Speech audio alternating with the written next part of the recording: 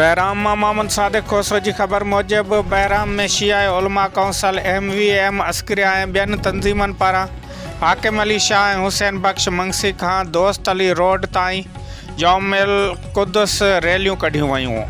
अॻुवाणनि सैयद मोहम्मद तक़ी शाह मौलवी अब्दुल गनी कमी ऐं ॿियनि ख़िताब कंदे अमरीका ऐं इसराइल जे जारियत जे सख़्त लफ़्ज़नि में मुज़म्मत कंदे गौर कई आहे त फ़लस्तीन के आज़ाद रियासत तस्लीम करे इंसानी हक़ ॾिना वञनि।